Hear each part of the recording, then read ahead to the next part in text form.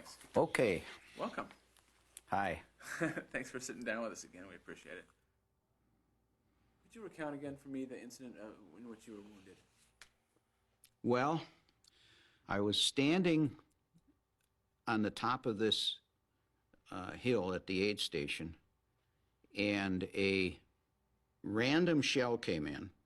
It couldn't have gone off more than 5 or 10 feet away from me, because all I remember is a tremendous blast and a flash.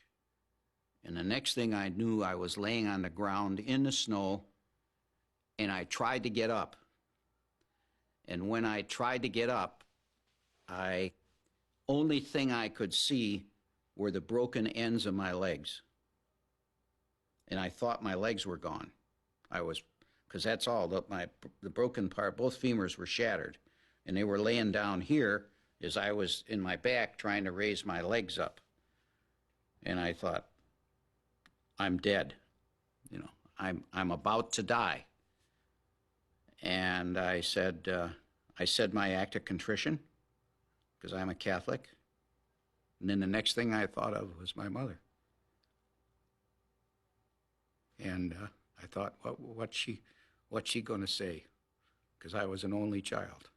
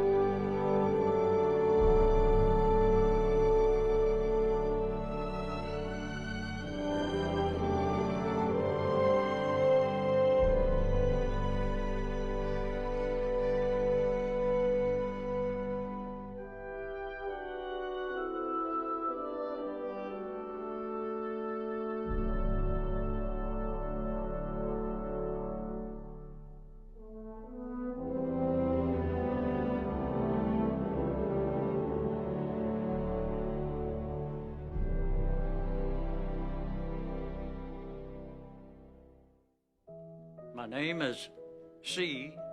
Carwood Lipton. I was born in Huntington, West Virginia, grew up in Huntington. Frederick T. Heiliger, Concord, Massachusetts was my hometown. I was born in a town named Inchelium, Washington. It's on an Indian reservation up in northeastern Washington. My name's J.B. Stokes. I was born close to Bonham, Texas, in a rural area called Leonard. Born and raised in Columbus, Ohio. My father worked for this railroad. My mother was a housewife. My nickname was Babe, and my mother, she was a little Irish broad, red hair, fiery. Great woman, great woman. Born and raised in South Philadelphia, where the times were tough.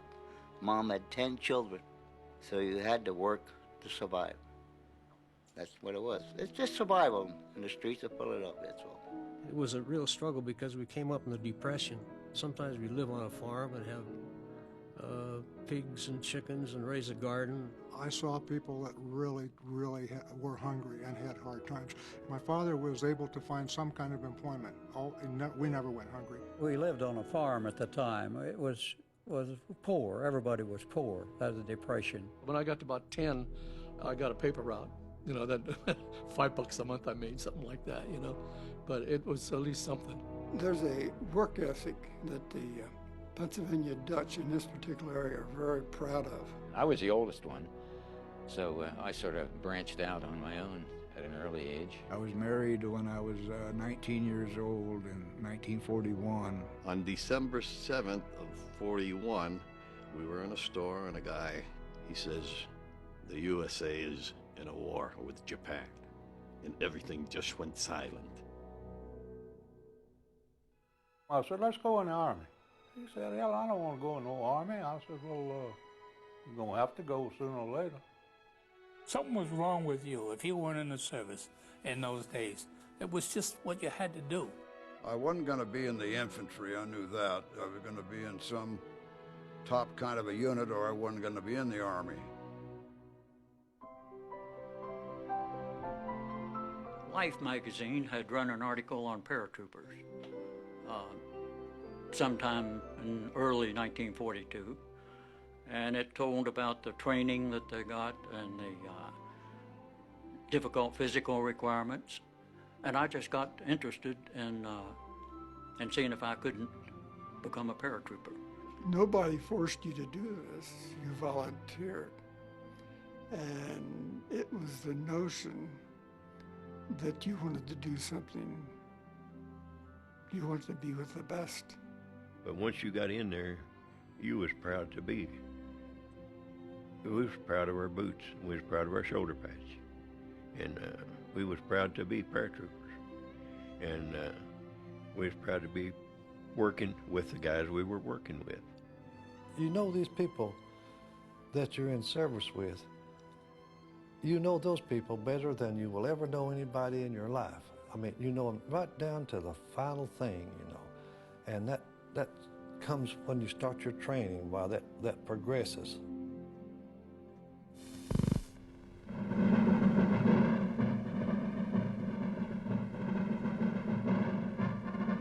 Each man was like a heavyweight champion of world boxers. Out of 100%, only 10% made it. I thought I was going to die. There wasn't no holding back. You had to hang in there. You had to be tough. We marched 118 miles in 3 days. The training I got and the men I trained with gave me the confidence to go into battle. We were just a bunch of ordinary kids when we went in, most of us.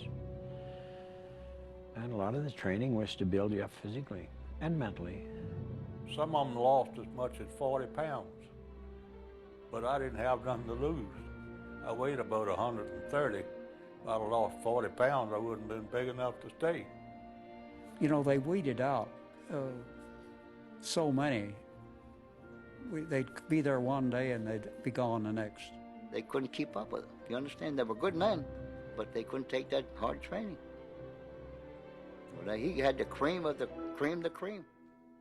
Had to climb this mountain called Currahee every morning, run it up and back. If you couldn't do it, why, you'd end up in another unit. Of course, the name Currahee, as I understand it, means we stand alone together. That's an Indian name. It became a symbol of the camp because it was really rough and tough going up and down. A lot of times, especially on a Monday, when some of the guys would get out somewhere and get them a little drink or so, you'd see them laying beside the road, you know, going up and coming back, you know, where they're sick. And it didn't matter how hard they trained you and how tired you got, you would still go out on your own and run the mountain at night.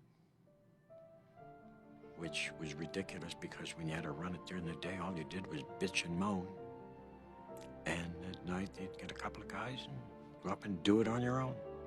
We learned how to be soldiers at Toccoa as a group, all of us coming in from no experience in the Army at all, coming in directly from civilian life.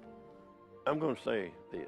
I believe that the paratroopers of the 101st Airborne Division was as well trained as you could get a soldier to be at that time. We packed our own chutes for the first jump. Nervous as hell getting on the plane. You're asking yourself, what the hell am I doing here? It came time to stand up and hook up, and we did. Coming down is great. It affects everybody different. Felt like a bird flying in the air. Broke my foot on the first one. They're dropping 16 feet a second. I can remember just like it was yesterday. That morning after breakfast, they marched us all out there to the airfield. There was a bunch of guys out there that already made their jump. And they was all hollering, "You're going to be sorry," you know. You didn't want to be afraid, you know, because all these other guys are right there with you, and you know, your bravado and all that. But you didn't want to be afraid, so you kept that out of your mind. You know, in those days, jumping out of an airplane is not like today. My first flight up, I jumped. I was years before I ever landed in an aircraft. And most of the fellow troopers was the same story. Well, foolishly, I didn't think it'd be so tough, but the first jump you make is not all that bad. You don't know what you're doing. It just seems like when you step out the door, why, your chute just opened right then. As I went out the door, I was blank. I cannot remember leaving the plane until after the chute opened up. My God. But after that, it wasn't as bad. But it was quite a thrill. It was just like going on a roller coaster. You get off and you want to go right back on again. Yeah. It was a thrill. It was a high, as they say these days. Everybody just seemed to enjoy themselves. They went out. The landing was the hardest part. Once I got out and the chute opened, I was happy as a lark. You know, coming down is great. I was small too, and I didn't hurt myself when I hit the ground. Some of the big ones hit the ground like a ton of, what's the name? The thing you worried about most was your chute. Did you pack it right? And you'd go through that, you'd pack it one day and jump the next day. You had all night to think about it. You had all kinds of ideas of what you might have done wrong, but it worked out fine. We made 5 jumps in the 3rd week there, and then you were a qualified paratrooper. Got your wings pinned on, and became one of the elite members of the parachute regiment. We were thoroughly prepared. The men were trained, hardened, physically and mentally, and they were ready to jump. Thus we started off for Normandy.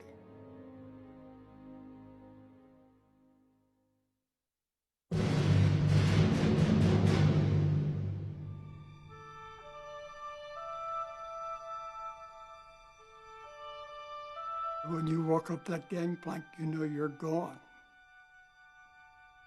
As you pull out of harbor and you pass the Statue of Liberty, will I ever be coming back? I don't know.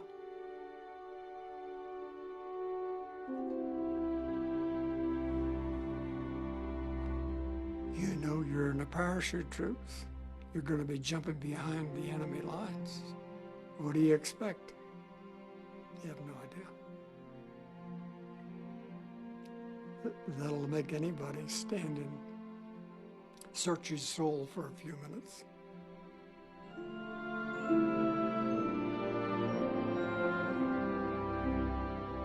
We were ready. We were ready. We were stationed in England for about a year before D-Day. We had a lot of maneuvers and parachute jumping. They put us in a camp preparing us for D-Day. In other words, just about a week before D-Day, they put us in no liberties, no nothing. You couldn't get out of the camp. They had guards around the marshalling area, so nobody could leave. That's when you felt that this is it.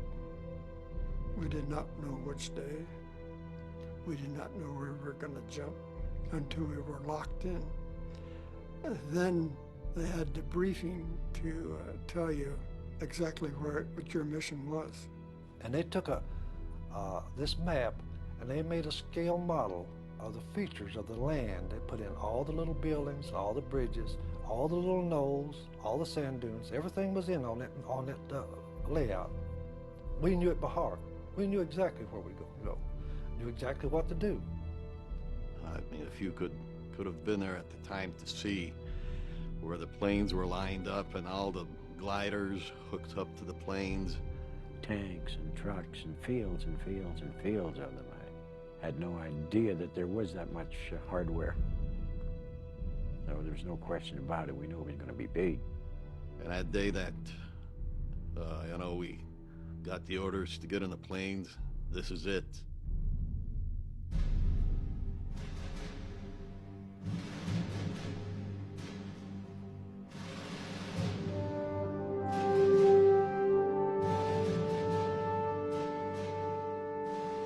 We had confidence in our leaders and all the plans and preparations that had taken place before the invasion. So we were confident and calm.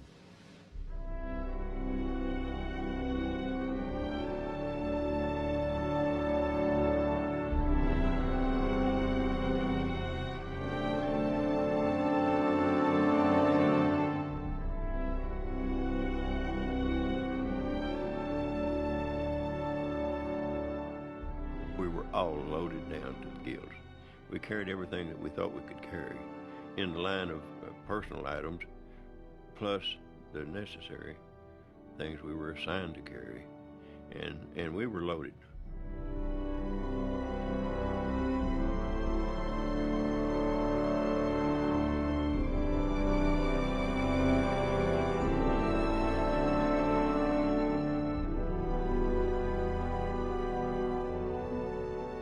Everybody got in there, and a lot of them were very scared. I was scared too, but probably in a different way that other people were. As long as I was in that plane and they were going to get me there safely out of that plane, that's all that I worried about.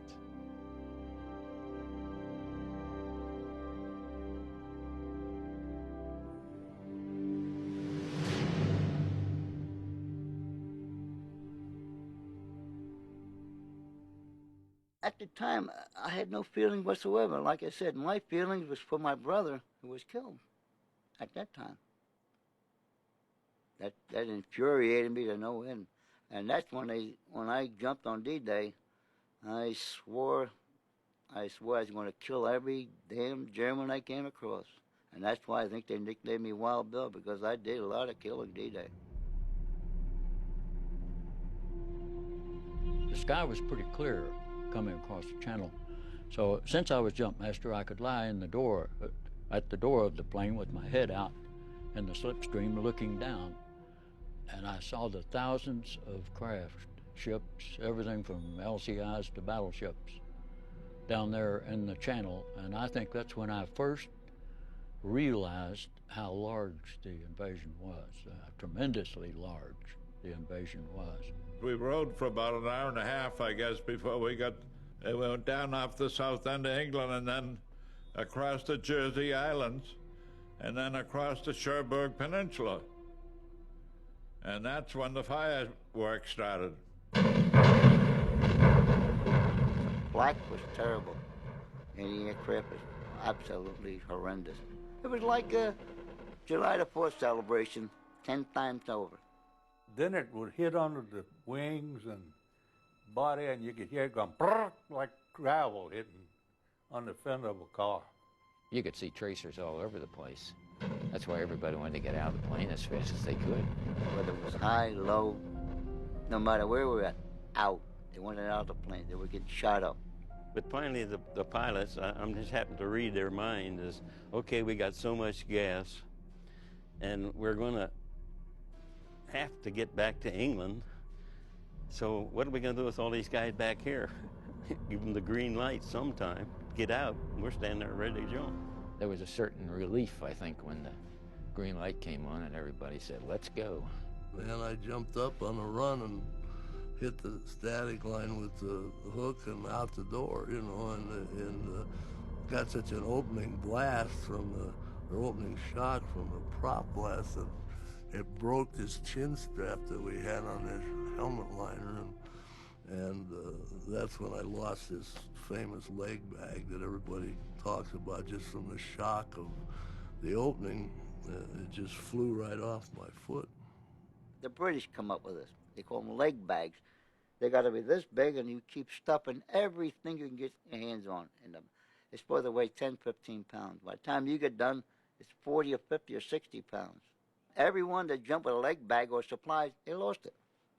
Most of the paratroopers that landed didn't have nothing. I was one of them. It tore right off because we jumped at speeds of 150 miles an hour, maybe even higher, I don't know. And lower than we should have been. But that wasn't bad either because you got to the ground quicker.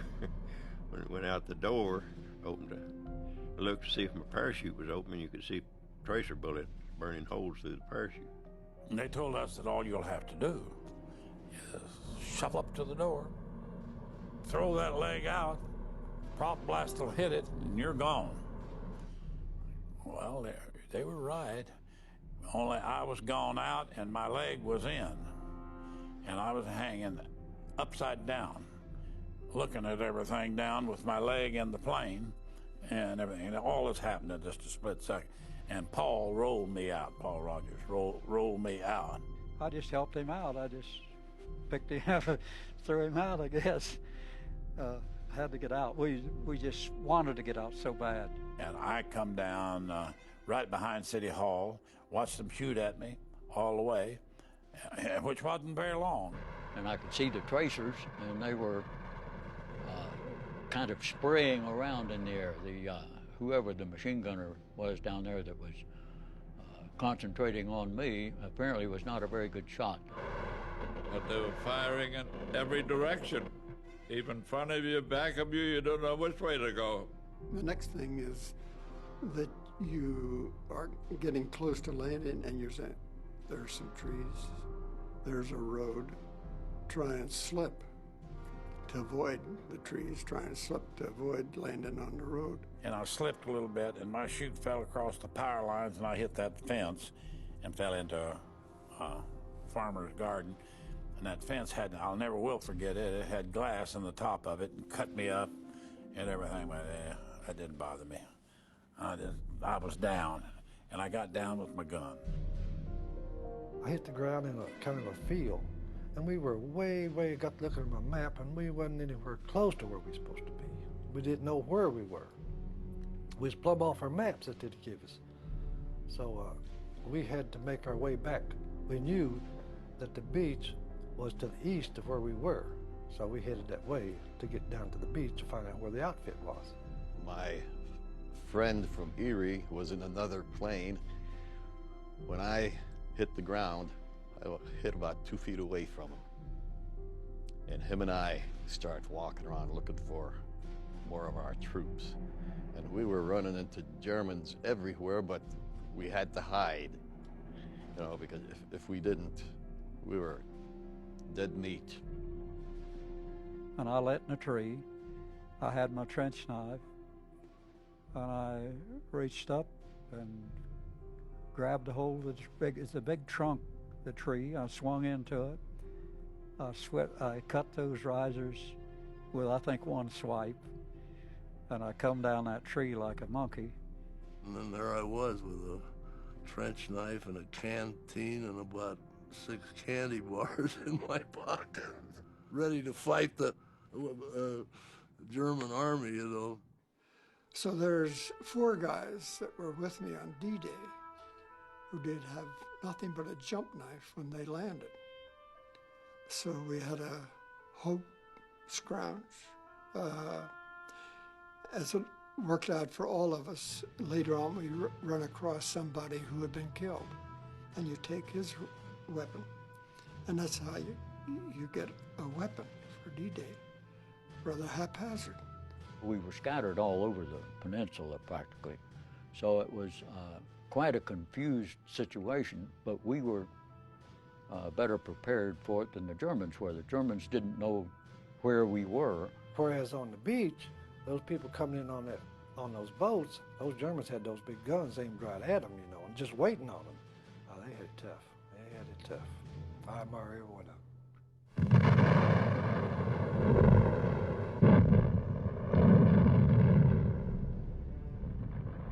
These guns were pointed and firing right down on the beach. And the people under the landing craft were trying to come onto the beach, and they were firing right down on them.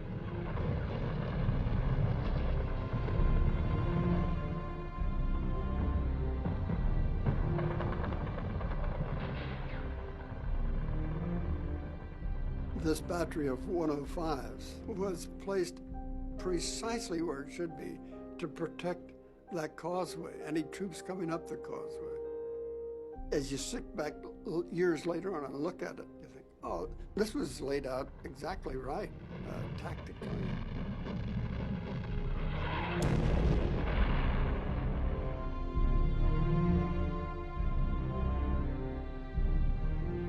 We thought we knew where every foxhole was in Normandy. We knew where everything was. We knew it cold. But on this one, the Germans had moved in there and camouflaged us so well, we didn't know it was there.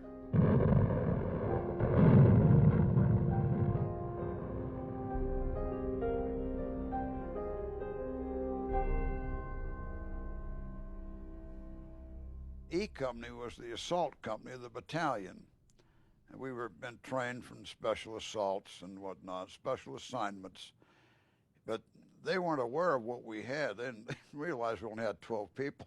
So we worked our way down through the farm area to a hedgerow, and Lieutenant Winters had us set up a firing position. And went up to scout it for myself, crawled out along this hedgerow to get a little closer to look it over, and I felt I could see a trench, and I thought I knew where our machine gun was. Winters was an exceptional leader, and he was able to size up all through the war, size up combat situations and decide quickly and correctly the best way to take care of whatever the problem was. I divided the group into 2 units. Lieutenant Compton was with me. I gave him half the men and I took half the men. Gave instructions. I want Compton, Malarkey, and Wynn to crawl up there and hand grenade that machine gun. Crawl through the grass. And as you throw your grenades, I'll charge up with the rest of the guys. So I had the 2 machine guns set up to give him covering fire while he crawled up there.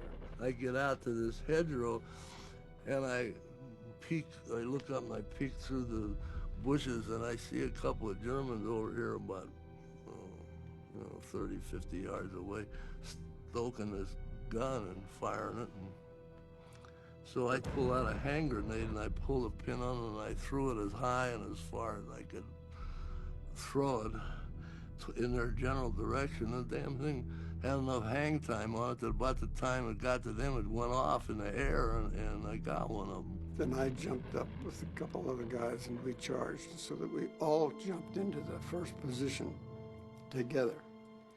They had trenches cut in there where they worked, the Germans did, and they jumped down in them trenches and they worked them Germans like a dose of salt. 3 Germans broke off from this position to run across the field, which was the wrong thing to do from their viewpoint. We cut them down. I was in a trench and I looked and I saw an arm. I didn't even see, but the man was in a camouflage tent and I didn't even see him. And then I saw an arm stuck over that tent and one of those potato masher grenades, with a stick, come over there and I said, well, he's gonna miss me. And that thing fell right down in that trench with me. And I was trying to scuttle my way out of the way of it and it went off. And I felt like it blowed my butt over my head. And pretty near did. He's behind the enemy lines on D-Day. Does he holler help? No. He hollers, I'm sorry, Lieutenant. I'm sorry. I goofed. I felt like I kind of let him down, but, that's neither here nor there. My God. It's beautiful when you think of a guy who is that dedicated to his company, to his buddies, that he apologizes for getting hit. But that's the kind of guy he was, and that's the kind each one of them was. They were all the same.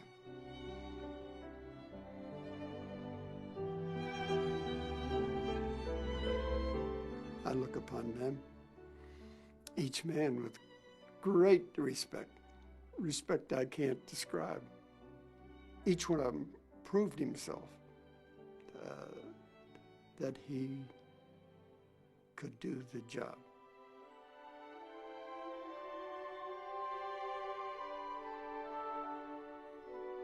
We've been through Normandy.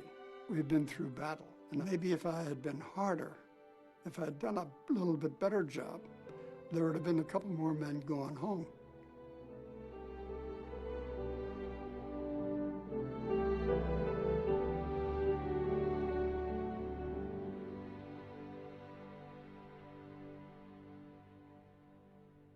I never thought I'd get through D-Day, let alone the next phase or the next phase.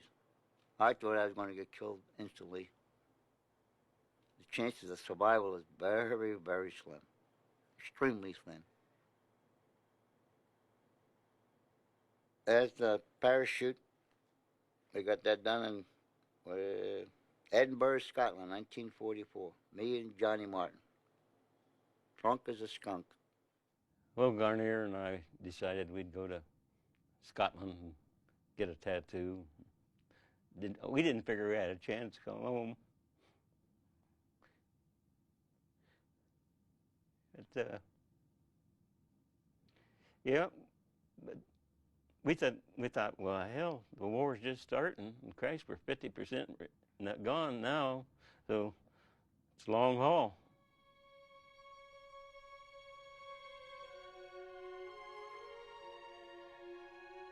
The 101st came back from Normandy after about 33 days, and we were the replacements for the people who were killed in action or wounded in the Normandy mission. There were young kids that came in, and for some reason, I don't know why, they were the first ones killed. And I think maybe they were trying to impress the older guys, maybe people like me or Shifty. We were in awe of them. They were wearing infantry badges, you know, on their uniform. They had a star on their jump wings. They were like heroes to us, you know. That's how we looked at them. I don't know why, but I got right there to where I didn't want to be friendly with replacements coming in because, God, I didn't like seeing them get killed. It just tore me up. And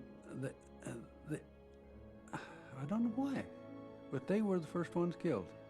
My 10-man squad that I was in, 8 were replacements, the squad leader and the assistant squad leader, Sergeant Muck and Corporal Pinkella. Well, they'd been to Normandy. We had not. There were 8 of us that hadn't been anywhere but Auburn, you see, so. And then the training got really tough between there and the Holland jump. It was training. And we had a couple of missions scratched. We were supposed to jump on a French city of Tournai. And it got to the sand table part where we all gathered around to see which bridges we were going to do, who was going to do what, and General Patton's troops overran the drop zone. So that one was called off. And we were wondering if we were ever going to get to go. And then, of course, it got to be September.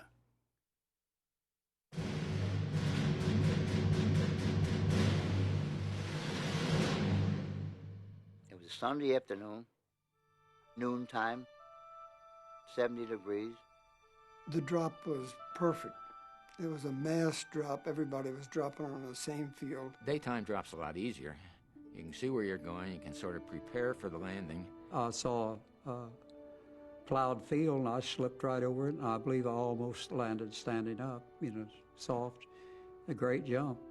The most dangerous part about it was the fact that people are continually losing helmets and equipment, and all this equipment's raining down. And if you get hit with this, you're going to be killed or wounded before you get off the drop zone. Everybody got together. We all assembled very fast. We moved out towards the Wilhelmina Canal. Our mission was first to take a bridge over the Wilhelmina Canal. It took us hours to get there. And taking hours to get there, the few German troops that were to secure this bridge had plenty of time to set their charges to blow the thing up. Just as we got to it, I was maybe 150 yards away, it blew up in our faces. These rocks and timbers were flying, and they're falling all around you, and you can't help but think to yourself, my God, what a way to die in combat, to be killed with a flying timber. that we were that close. It delayed us until the next morning. We wanted to get across that night, but it took us till the next morning to get across. But once we got in, the Dutch, it was just marvelous. Their reaction. They loved Americans and still do for coming in there and pushing the Germans out.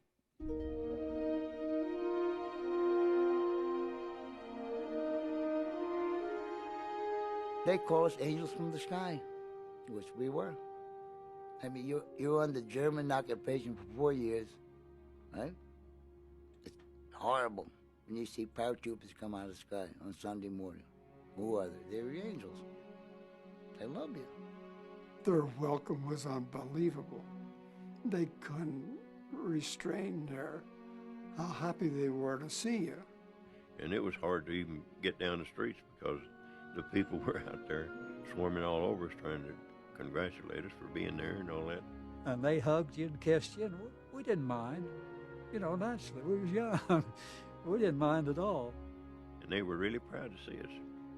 And to the point where it was dangerous for us trying to clean out the town because snipers did some damage in a situation like that.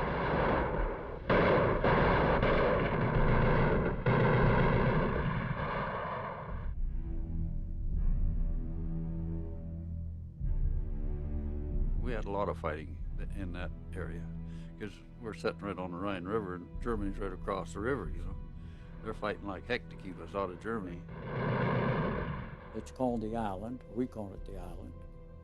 And we set up positions there. Had some substantial battles there. They could observe any movement we made during the daytime. And at their will, they could shell us, put mortar fire on us when they had a target of opportunity. I heard something coming down. I knew what it was, a mortar shell, and I threw my arm up like that and went down. It lit within 3 feet of me or 4, but it lets, when it blows, it goes up like that. And it went through my arm and hit me in the head, and I was bleeding pretty good. Well, I was picked to go up on a dike. So of course, when you get to the top, you don't expose yourself. So I took my rifle and put my helmet on it and put it over, even with the road on a dike. Then no action, so I brought it back down, put the helmet on, and I sort of peeked over. When I peeked over, I see a hand there with a potato masher, and he threw it at me. I ducked down, it hit my helmet and bounced off. So when that thing bounced off my helmet, I hollered out to the guys below, "Live grenade." If Lesniewski hadn't hollered live grenade, and I had enough sense to know that that's that grenade that hit my rifle and is laying right in front of me, in my face practically, I know I'd have either had my head blown off or I would have definitely been blind. There's no question about it, not any question, because I just got turned just part way and it exploded, and then it caught me in the face, neck, left arm, under the arm, in the shoulder blade. I hollered for them to, take off. I said, "Get the hell going back." And I had 8 grenades, so I started taking them off, pulling the pins and throwing them over. And while the grenades are rolling down or landing wherever they were hitting some of the crowds, because I could hear screaming, hollering, crying, and I think I threw the 8 grenades in about 4 seconds, and then I took off running. So the doctor that counted the holes in me down at Nijmegen, the first doctor that really counted the holes, said there was 32. That was our first experience with artillery in large numbers. And I can remember sitting there at night, a couple of nights, listening to the artillery land. Wham! And the 88 was the fiercest cannon or gun that the Germans had. And it was the way they used it. It was an all-purpose gun. It could shoot anti-aircraft, tanks, anti-personnel, airburst, and that was the bad ones when the shell went up over your head.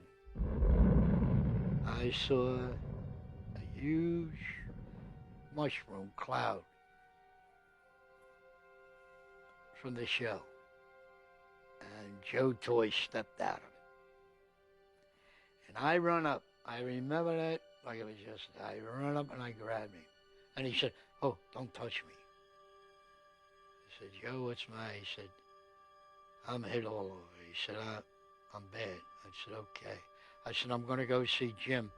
He said, as bad as he was hurting, Joe Toy, he said, "Heffron, I already checked him. He's gone."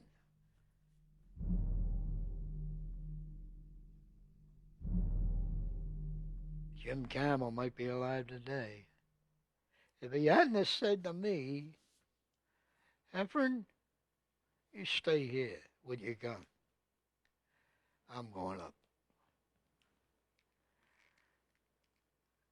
And I never, I sleep on it, I eat on it, I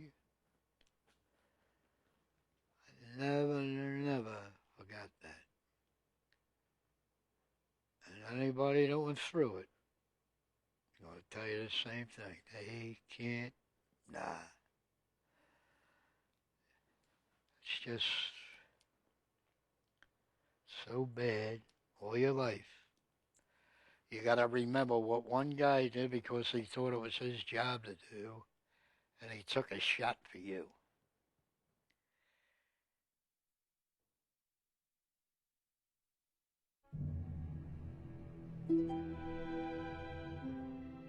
The exhaustion on these men, the physical exhaustion, affects their endurance to be able to cope.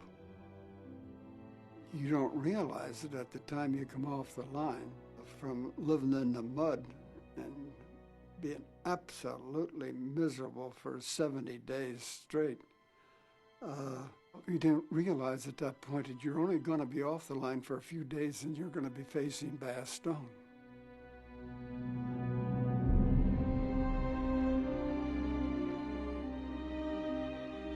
This is the last desperate action of the Germans to turn the tide of this whole war.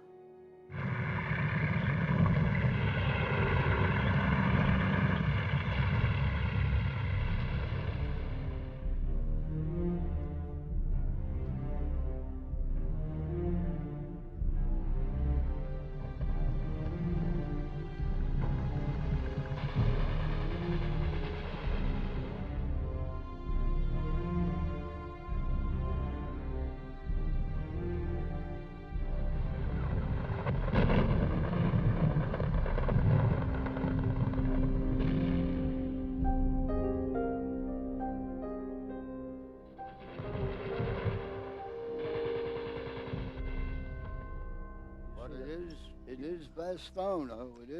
This is Bojack's Woods, right? Yeah. It is the woods. Sure looks different now. There ain't no snow. These trees might have been replanted. Look how I straight think if the trees look like they did in 44 and 45, we could get a better idea. That's it. Yeah. It's the town of Foy. Oh, this is definitely the area. This is definitely. Well, there's the town of Foy right over there after the empty field where those cattle are grazing. About a half a mile away to be. Yeah, we had an outpost set up looking right into the town of Foy, and they had to watch everything going on because we'd come in here and go to sleep. We had our foxholes right over here, and the other area, wherever we had to move out and dig in again. Of course, the Krauts had plenty of artillery. Most intense I went through right here. Shelling.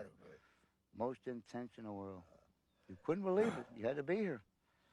You just dove in the hole and just pray. That's it. If it hit comes in, you ain't going to know it. You ain't going to know it. We lost Muck and Pentella over on this side. They were killed instantly. Show Direct hit, 88. Direct hit right in the hole. Just made mincemeat out of them. Georgie Lodge come over and he hollered, I can't see nothing of them. There's nothing there. They were all gone, just disintegrated. Unmerciful shelling, really. Everything I think was shredded. Yeah, shredded. Right.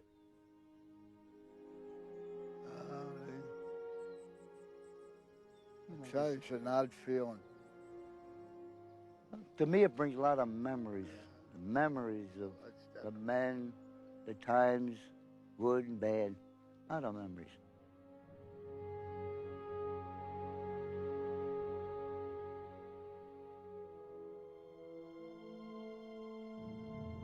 It was the most miserable place I've ever been in my life. Even today. On a real cold night, we go to bed and my wife will tell you that the first thing I'll say is, I'm glad I'm not in Bastogne. The Germans wanted to get Bastogne because of the road network. That's why it was such an objective. So that's where we had to hold, which we did. 318 trucks come in around noontime, and by that evening, everybody was loaded and moving out. We were short of equipment. We didn't have enough ammunition. We didn't have enough warm clothes. But we had confidence that our higher military authorities would get to us whatever we needed. That when we got up there, we didn't know what we were getting into. There was very little information, only that the Germans had broken through. We were downloaded on the trucks, and another truck came by with weapons, and they pitch weapons up to the truck. You catch a weapon, that's what you got until you got to Bastogne. As it worked out, there's some men actually got on the trucks and left for Bastogne and didn't have a rifle.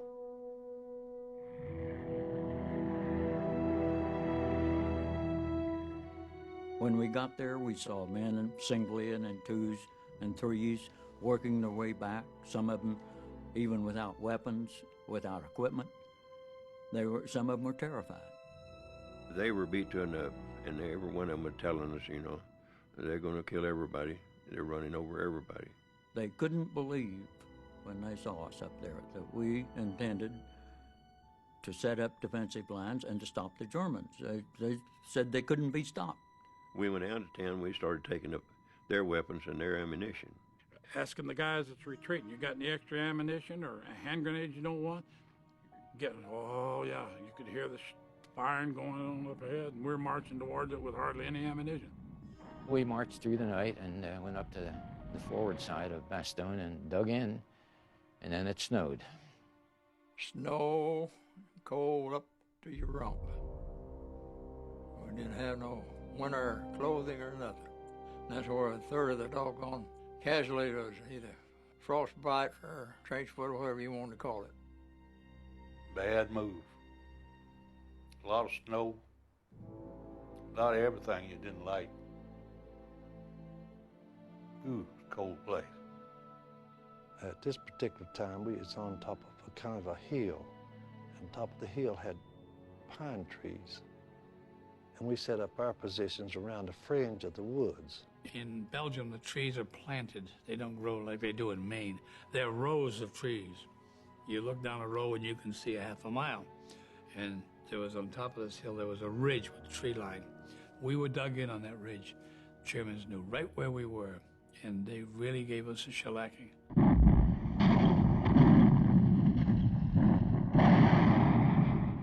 To infantrymen in wartime, the Mother Earth is your best friend. And you can always dig a hole and get out of sight, you know. We dug plenty of those. Yeah.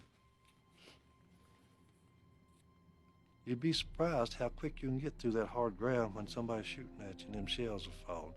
Now, you can make fast work of it. We just have to dig that hole. Well, we say we became experts on foreign European soil. We dug in, and two people could dig a better hole than one. And the ground is frozen, it takes quite a while. You just chip it out. And by the time you get it done, they whistle for you we're moving out. and you go someplace else and dig another one. Now, you must understand, we were surrounded. The Germans were about maybe 100 yards away from us. No matter where you looked around in a circle, you could see artillery flashes. So we knew from that we were surrounded. We went through a couple of shellings at Bastogne that were earth-shaking. If you lived through them, you remember them for the rest of your life, and I'm not sure you're the same for the rest of your life after you lived through them. You never forget them. There was one moment there that I remember vividly. I'll never forget it. One of the guys got hit in the arm with a piece of shrapnel, took his arm off above the elbow. And they were taking him out. He said, "Get my wristwatch off of my arm." And before they took him out, that always stayed with me. I mean, my calm voice and everything, "Get my wristwatch off of my arm." On the 3rd of January, we withdrew back to our former positions there up the hill from Foy.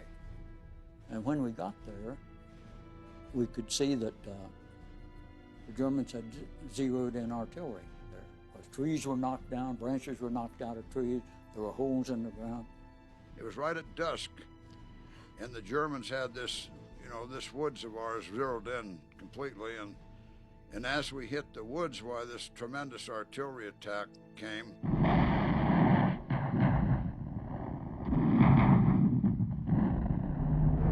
They knew where we were, and they started shooting point-blank 88s into our area. They were letting us have it, everything. From the kitchen sink, mortars, Erfelwaffers, that's a rocket thing that's a screaming sound. It scared the hell. I mean, I was scared, but I think I was petrified then. I thought the whole world was shooting at us at once. I jumped into a foxhole that somebody had started and then hadn't finished. So I was crouched down in that foxhole, but it wouldn't hold all of me, so from about my nose up was above the ground. I could see all these shells hitting.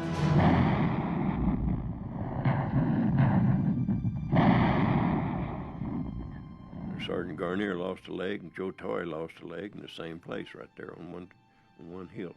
I remember just this certain instance, Joe got caught not near his hole, and Bill and I were ahead of him, and Bill had not been hit, and he came up out of his hole quickly, and we were still under heavy fire.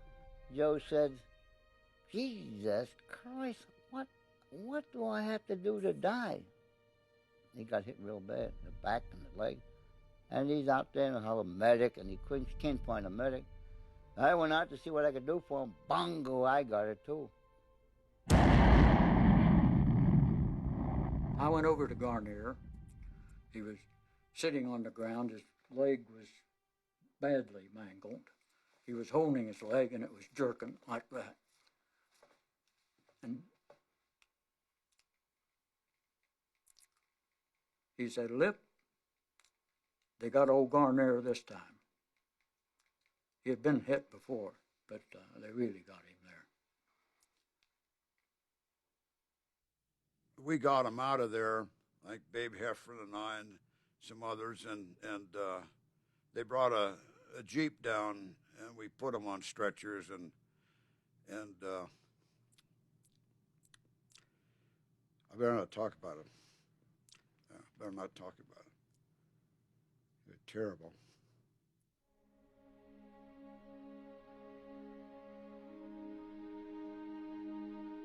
We had lost some very good men there. Toy and Garnier had lost their legs there. A number of other people were killed. It was a difficult situation there. When a man was wounded, we felt glad for them. We felt happy for them. He had a ticket to get out of there, and maybe a ticket to go home. And when we had a man who was killed, we found that he was at peace, and he looked so peaceful. And we were glad that he found peace. We had this assistant squad leader named Mallet. He was from New York City.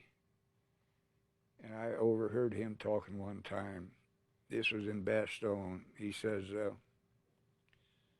I've been through Normandy and I went through Holland.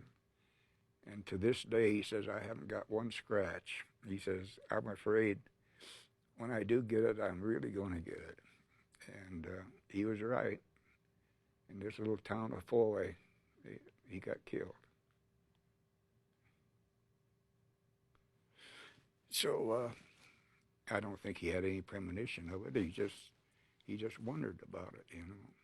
But I never did wonder. Never give it much thought. You just live from day to day. Keep your fingers crossed, and that was it.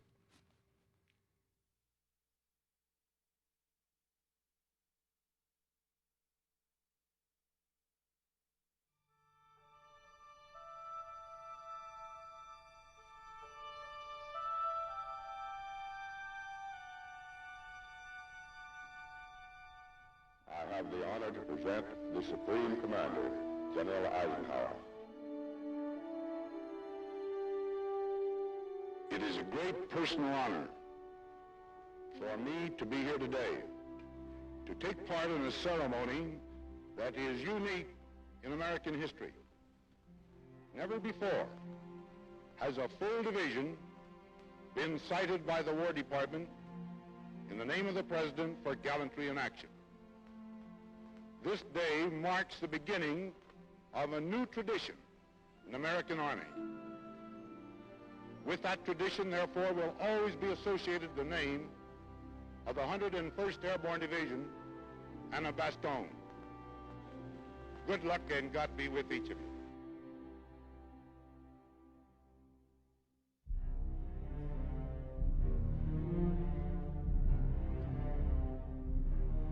The Germans had started to surrender. They still had their arms. But as you're going down the Autobahn, there was almost a solid line of German troops coming north. And our job is to get to the end and get to the heart of it. Butcher's Garden, it's the end of the line. It's the retreat that Hitler had for himself. And he built his eagle's nest, his penthouse, on top of the Alp to, I'm sure, relax and confer with his staff, because they all followed him to Birch's Garden. This was their final retreat. And of course, this is where they had their loot as well. This was the goal of the French, who were on our right flank. This was the goal of the British, and this is a place to capture. This is the one everybody wanted. Hitler's Berchtesgaden retreat, burned by SS troops in the war's last days. The chalet from which he hoped to rule the world now lies in ruin.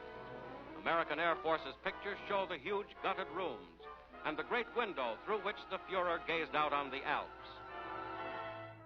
We took Berchtesgaden May the 5th, and no fighting, no shooting.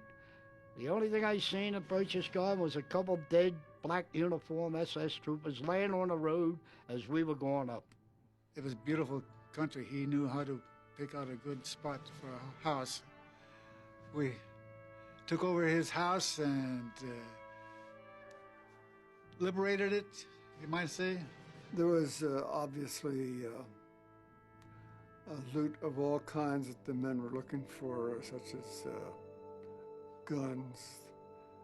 There was money that they were looting. I was a pack rat anyway. I picked up a lot of German items, including some postcards and envelopes that were addressed to Hitler. Come find out, that place was full of this big art, you know, Rembrandt and all those people, you know, and hanging on the wall, you know. Of course, the old soldiers like us, we don't recognize a painting when we see it. The 101st Airborne Division uncovers Hermann Goering's personal art collection, hidden in a subterranean chamber. 1,200 artworks worth untold millions are included. The treasures will go back to rightful owners in pillaged nations. We found a warehouse full of gin and vodka and stuff like that. It wasn't much whiskey. Those people don't like whiskey. And we took it all and set up a bar. Had 7 truckloads of champagne and cognac out of the wine cellars out of the Eagle's Nest. Yeah. So we stayed pretty well oiled for a Oh, while. that champagne was good. Ooh, it was good. I started drinking it one day, and I drank it till about midnight that night. I went to the barracks, went to sleep. I didn't wake up the next day. I made a 2-day thing out of it. And it didn't taste like it would hurt you. It tastes like ginger ale. That was the only time that I can ever remember that when I was in service that the whole company fell out in their underwear. We didn't even have to dress, you know. So everybody was pretty well looped, and so we just fell out in line formation in our underwear. They're enjoying themselves. They're at peace with the world. They have a big, happy, satisfied grin on their face. It was a paradise for a soldier to move into. I had no problem with looting because of the fact that I had come down through Germany and I had seen the Holocaust. And I had seen what the Germans had done to the Jewish race, and I'd seen what they had done to the displaced persons, and what they had done in their occupation of France, and what they had done to their occupation in Holland, Belgium. So that by taking over their homes for a few nights to bed down my men, and if they picked up a few trinkets, I had no problem.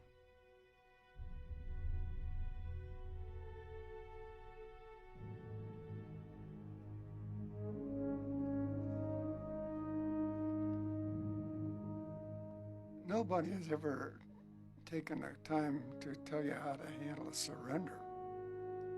Jeez. We'll talk about that when we get there. Well, here we are. We got it. Now, how do you handle this?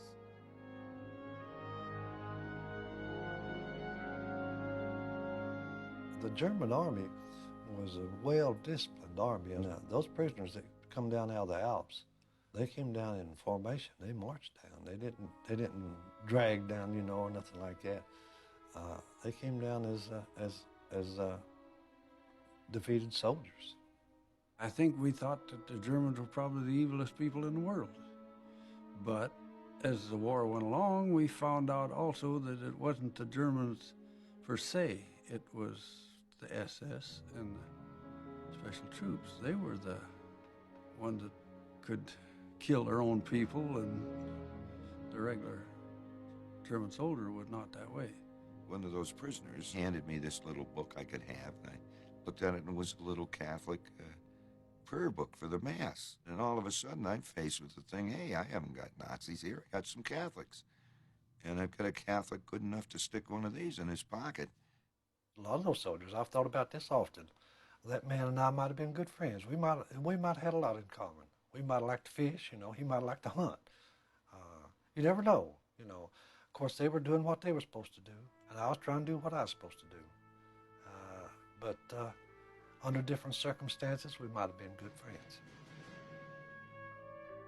I have a great deal of respect for them as soldiers. They were very good soldiers. But they're still enemy. So they must be controlled as prisoners.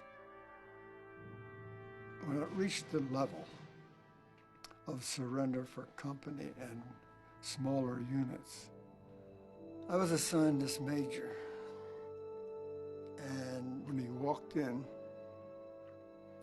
he presented me this pistol and offered his personal surrender, which naturally I accepted gratefully.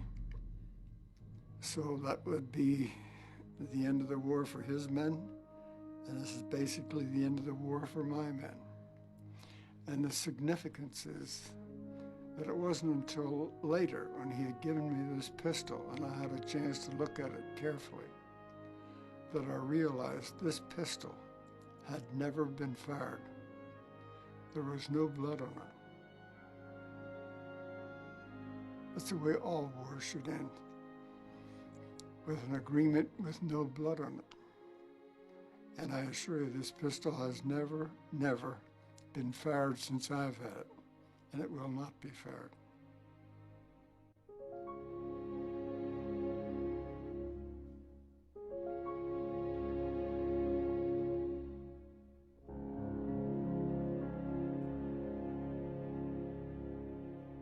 We didn't come home and flout ourselves. I didn't come home and, you know, I was a war hero or anything. I just come home and went back to like we did before we went. Just go to work and live our life. I think it was difficult for most fellas coming back. They didn't know what they were going to do when they got out. I didn't, had no idea. Went to work for a coal company. Did some bartending and ran a pool hall. Took up a course in ornamental horticulture. It didn't pay very much, but there were a lot of nice people. I went to work where I was working before the war. It was Caterpillar Tractor Company. I became an industrial arts teacher and a social studies teacher. The spring of '46, I took a boat to Ketchikan, Alaska. I went to work for the government, a letter carrier for 37 years. I built homes. I went into construction. I went into hard work, tedious work. I'd done everything. You name it, I'd done it. I ended up working on the waterfront. And I went with the CIA in Washington. Got my degree in 1948. After the war, I became a teacher and taught for almost 30 years. Got a job working for Nixon Nitration Works. I was making $75 a week. We've never become wealthy in life, but we have a lot of other wealth that means more than that, really. Everyone done well. I done well too. Thank God.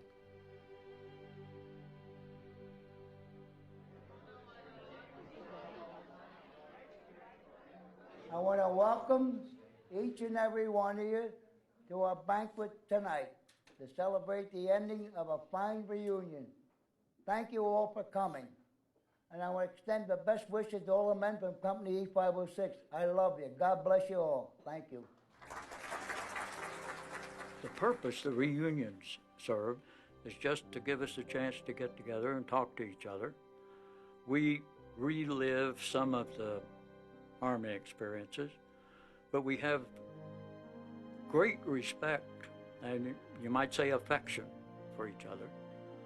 The type of affection that you get when you've lived through many dangerous situations together and have learned that you can rely on each other. If you see the people today, that bond's still there. The bond you can't explain.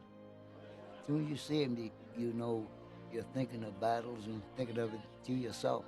The men stand out amongst each other.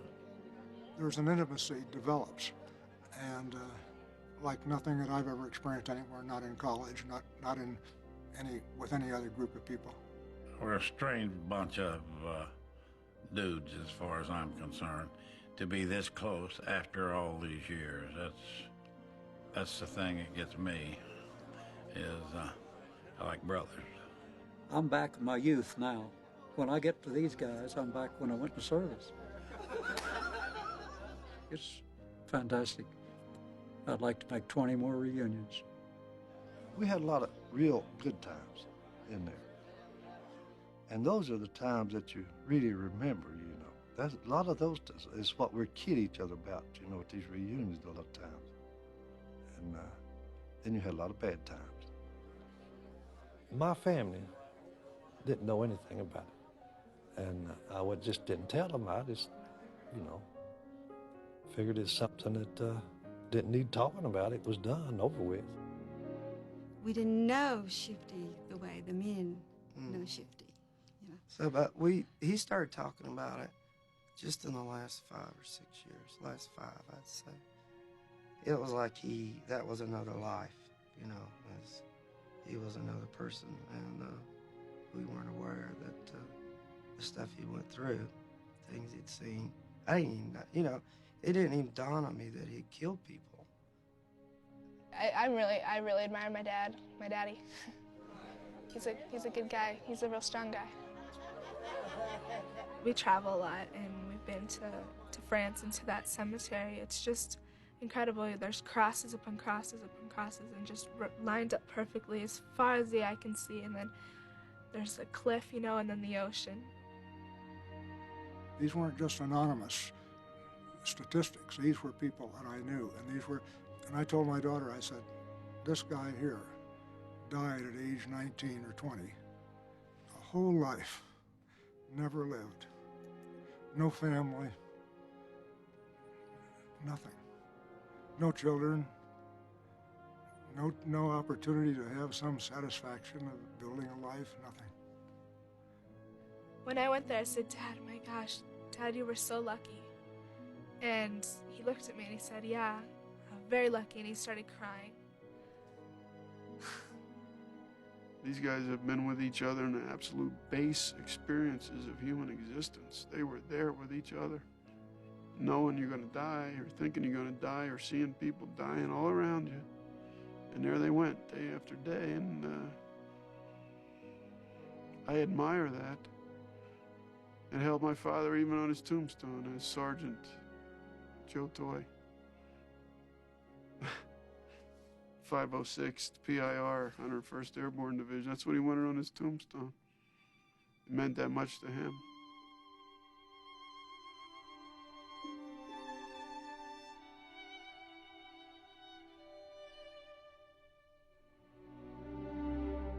How it happened that those various individuals happened to end up in E Company, I don't know.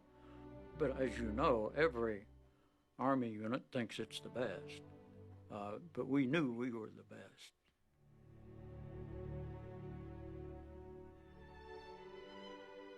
Think about your guys more than anything else. Think about most of them every day. Something is etched in your memory, I guess. You'll never leave either. Am I a little proud of having once served in that outfit? You bet your life. I wore that eagle on my right shoulder for 18 years. Probably the proudest thing in my whole life, having been in Easy Company 506. The heroes have crosses over their heads, the ones that are buried in the cemeteries. Those are the true heroes, not us. We're just part of the work, that's all. And we thank God we got back alive. That's all. How would you like to be a mother or a father whose son never come back? The son and the mother and father are the heroes of the Second World War. Not the guys that come home. Let me say this. I don't believe there's very, very, very few heroes that came back from the war. They're still over there.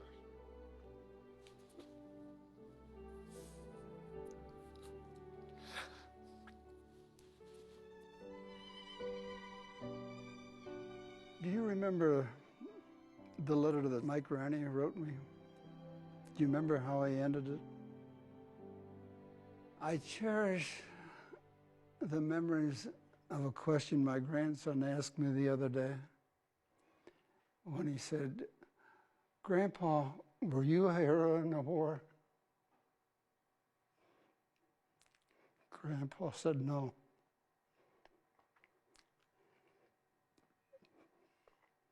But I served in a company of heroes.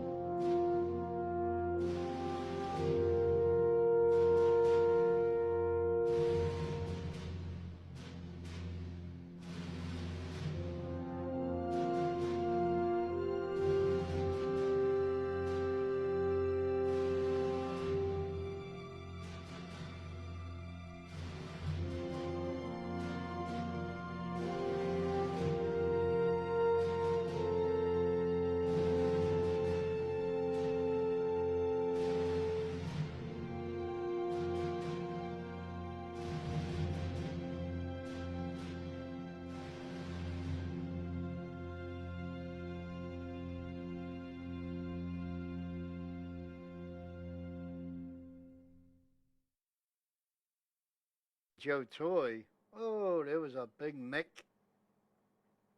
And we used to have a few beers at night, and I'd sing,